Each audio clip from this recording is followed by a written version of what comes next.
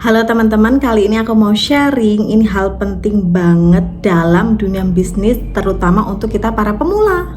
Simak terus sampai selesai. Nah, kali ini kita akan belajar tentang hak merek. Kita belajar dari kasus MS Glow ya. Yang jelas bukan kasus terbaru ya, ini kasus yang dulu-dulu.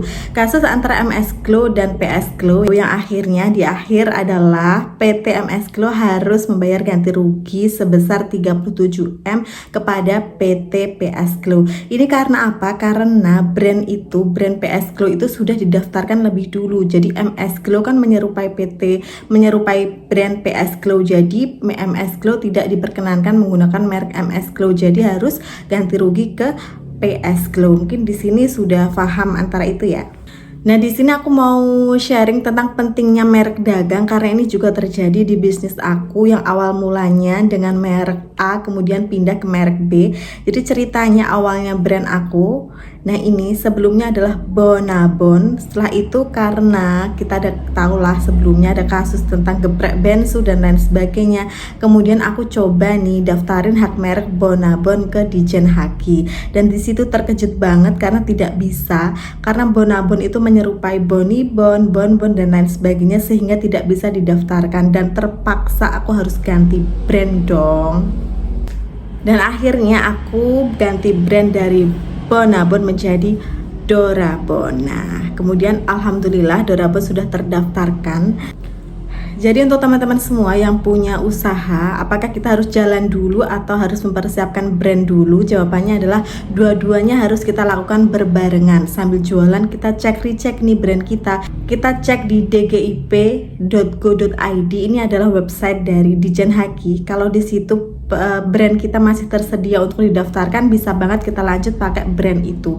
Kalau brand itu sudah ada, jadi mending kita ganti brand. Karena apa? Karena kita tidak tahu bagaimana nasib bisnis kita ke depannya, bisa jadi nanti membesar dan lain sebagainya, dan itu resiko bisa ditanggung kita sendiri.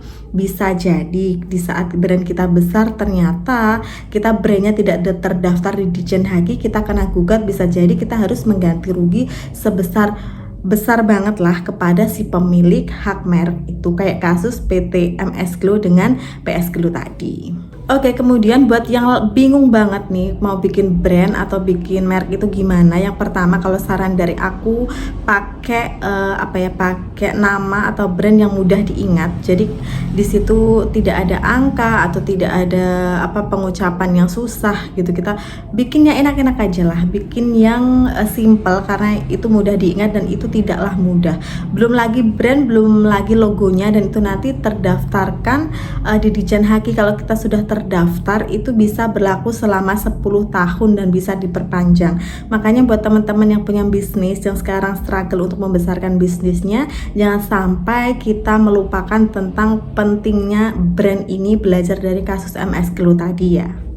Jangan sampai kejadian kayak aku yang awalnya brandnya Bonabon, sudah pede banget dengan logonya juga Bonabon, sudah semangat tinggal menjalankan bisnis, tapi ternyata brand itu sudah dipakai orang, akhirnya ganti. Di situ kayak kecewa banget, harus cari brand lain untuk mengganti, tapi ya nggak apa-apa. Kita namanya bisnis emang penuh dengan tantangan.